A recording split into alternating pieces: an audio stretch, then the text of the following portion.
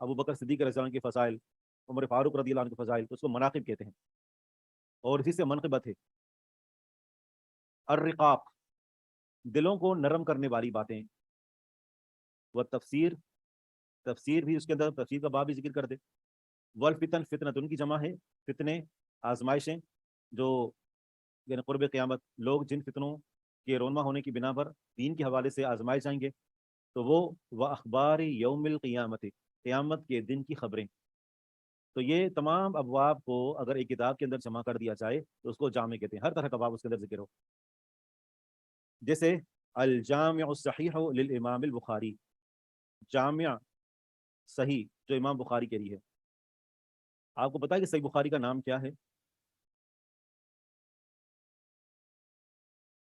جو نام بتائے گا اس کے لیے انعام ہے, کیونکہ مجھے پتا کہ کوئی نہیں بتائے گا.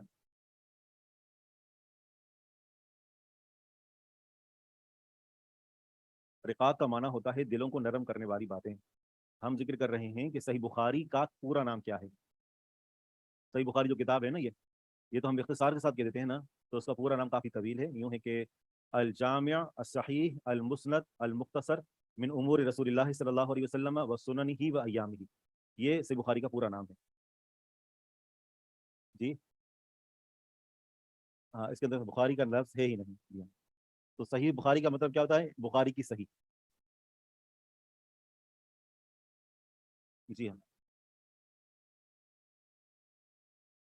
صحیح, بالکل. مناقب کا معنی ہوتا ہے کہ جس کے اندر فضیلت ذکر کی گئی ہو. فضیلت. بخا المسند المختصر من امور رسول اللہ صلی اللہ علیہ وسلم و سننہ و ایامہ. ان میں سے اگر کوئی ایک یا دو ابواب جمع نہ کرے, باقی سارے ابواب جمع کر دے, تو پھر بھی وہ کتاب جامع کہلائے گی. جی ہاں, جامع کی کیٹیگری میں آئے گی. اتنا لمبا نام کوئی لکھ دے, آپ اس کو گوگل پر سرچ کریں, پورا لکھا ہوا آئے گا. اور جب آپ صحیح بخاری انشاءاللہ پڑھیں گے تو اس وقت آپ نام یاد کریں گے. سیرت ان کی جمع ہے. اور رقاق کا معنی ہوتا ہے دلوں کو نرم کرنے والی باتیں. دوسرے نمبر پر جو محدثین کتاب لکھتے ہیں وہ قسم ہوتی ہے سنن. اور جیسا کہ ہم نے ذکر کیا کہ یہ سنتن کی جمع ہے. ہی الکتب المصنفۃ, یہ ایسی کتابیں ہوتی ہیں کہ جن کو تصنیف کیا گیا ہوتا ہے اعلی ابواب الفقہ, فقہ کے ابواب پر, و احادیث الاحکام, اور احکام کی احادیث پر. وہ معاملات وہ باتیں کہ جن کو ایک مسلمان کے لیے سمجھنا ضروری ہے عمل کرنے کے لیے. عمل کرنے کے لیے دیکھیے, عقیدے کے باب میں عقیدے کا جو معاملہ ہے نا, وہ ایک سوچ ہے, ایک فکر ہے. فضیلتیں آپ سنتے ہیں, دلوں کو نرم کرنے والی باتیں آپ سنتے ہیں, قیامت کی خبریں وہ آپ سنتے ہیں. آپ ان میں سے کسی پر عمل نہیں کرتے. عمل کن پر کرتے ہیں؟ فقہ اور احکامات پر. اگر کوئی ایسی کتاب ہے کہ جس کے اندر فقہی باتیں ہیں, سمجھنے کی باتیں ہیں, احکامات ہیں, تو ان احادیث کو اگر جمع کر دیا گیا ہے تو وہ احادیث کی کتاب کیا کہلاتی ہے؟ سنن. ہی الکتب المصنفۃ, یہ ایسی کتابیں ہوتی ہیں کہ جن کو لکھا گیا ہوتا ہے اعلی ابواب الفقہ, فقہ کے ابواب پر, و احادیث الاحکام, اور احکام کی احادیث پر. احکام کی احادیث پر ان کو تصریف کیا گیا ہوتا ہے. جیسے سنن ابی داؤد. اب سنن ابی داؤد کے اندر آپ کو عقائد, فضائل, مناقب, سیر, رقاق, یہ چیزیں نہیں ملیں گی, کیونکہ ان چیزوں پر عمل نہیں کیا جاتا, یہ صرف سننے کے لیے ہوتی ہیں. تو عمل کن پر کیا جاتا ہے؟ طہارت, نماز, اسی طرح جو ہے وہ زکوٰۃ, جنائز, نکاح, طلاق, تو یہ معاملات ہوتے ہیں, بیوہ وغیرہ.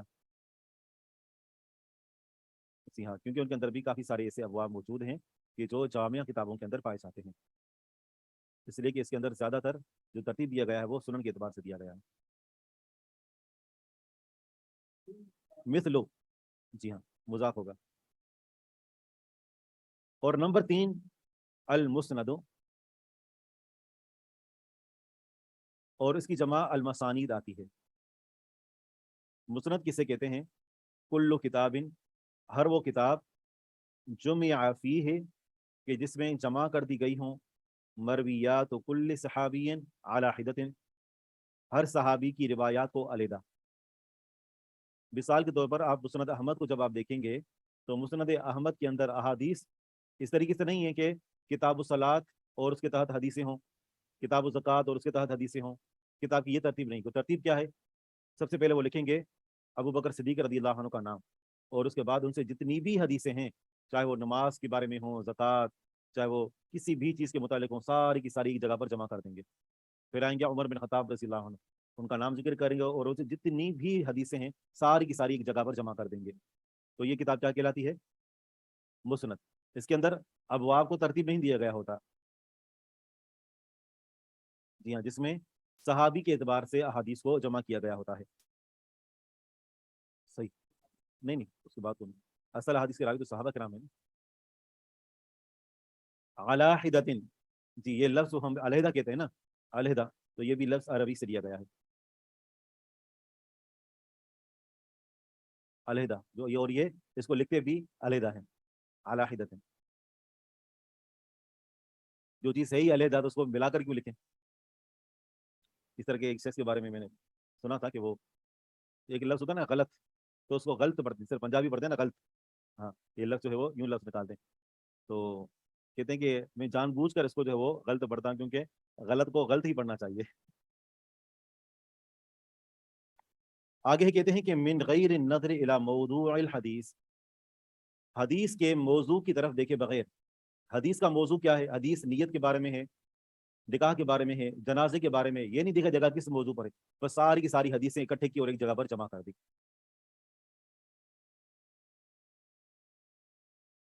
جس طرح آپ لائبریری میں جاتے ہیں نا، لائبریری کو بھی مختلف طریقوں سے ترتیب دیا گیا ہوتا ہے.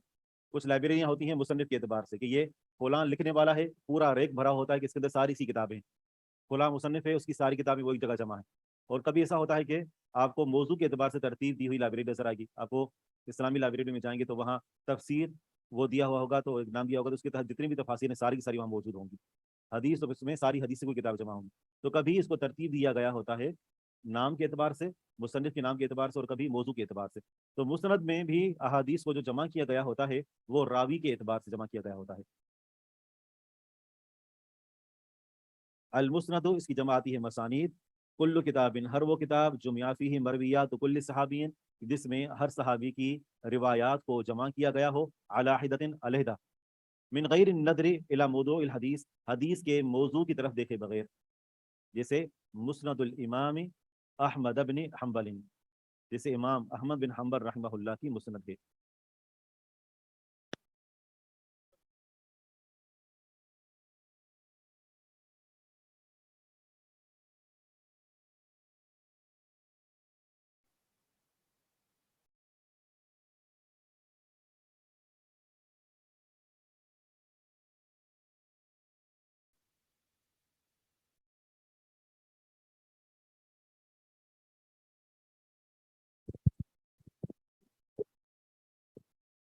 آواز آ رہی ہے؟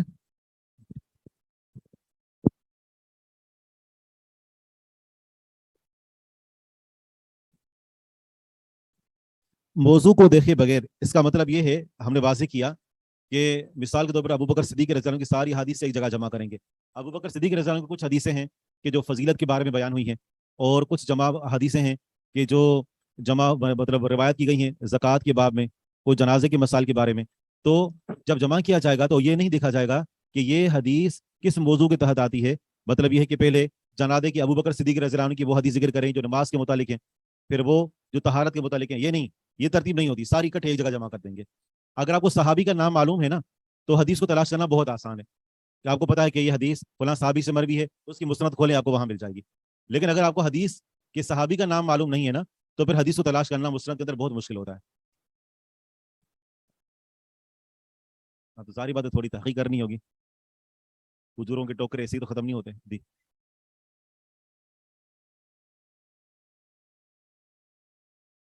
ہاں، مسند کے اندر سارے صحابی، ایک صحابی کی ساری روایت جمع ہوتی ہیں، تو اس میں آگے مزید ترتیب نہیں ہوتی کہ صحابی کی روایات کو ابواب پر آگے ترتیب دیا جائے، فقہی ابواب پر، نہیں، ایسا نہیں ہوتا.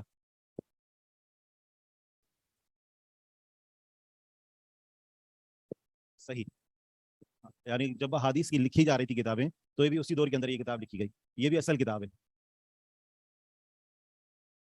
المعجم اس کی جمع آتی ہے المعاجم.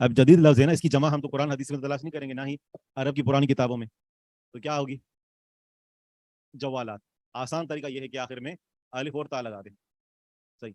اس طرح جو ایک لفظ ہے الحاسب العلی, یہ تو جو ہے وہ عربی کا اپنا اصل لفظ ہے, حاسب بھی شمار استعمال ہوتا ہے, لیکن کمپیوٹر کے لیے استعمال کرتے ہیں. اور جو لیپ ٹاپ ہے تو اس کے لیے لاب توب استعمال کرتے ہیں. عجیب, جو وہ ایسے لگ رہا ہے کہ پتہ نہیں کیا چیز ہوگی, لاب توب. اس کی جمع کیا آتی ہے؟ ہاں, لاب تو بات. ہاں, مونس کے حساب سے. اس طریقے سے مدینہ منورہ کے اندر جو دکانیں ہوتی تھیں, تو ہمارے یہاں جس طرح اس کے بورڈ لگے ہوتے ہیں نا, تو وہاں پر جو نا یہ الفاظ لکھے ہوتے تھے.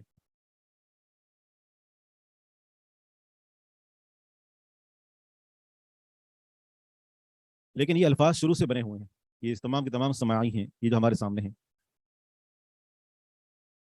کون سے؟ نہیں, وہ تو وہ جمع تو شروع سے بنی ہوئی ہے نا, عاشرون یا عاشرتون. الجزء اس کی جمع اجزاء آتی ہے, ما یجمع فیہ احادیث رجل واحد او الاحادیث المتعلقۃ بموضوع واحد. اس کی دو وضاحتیں ہیں, اجزاء, اور اس کی واحد آتی ہے جز.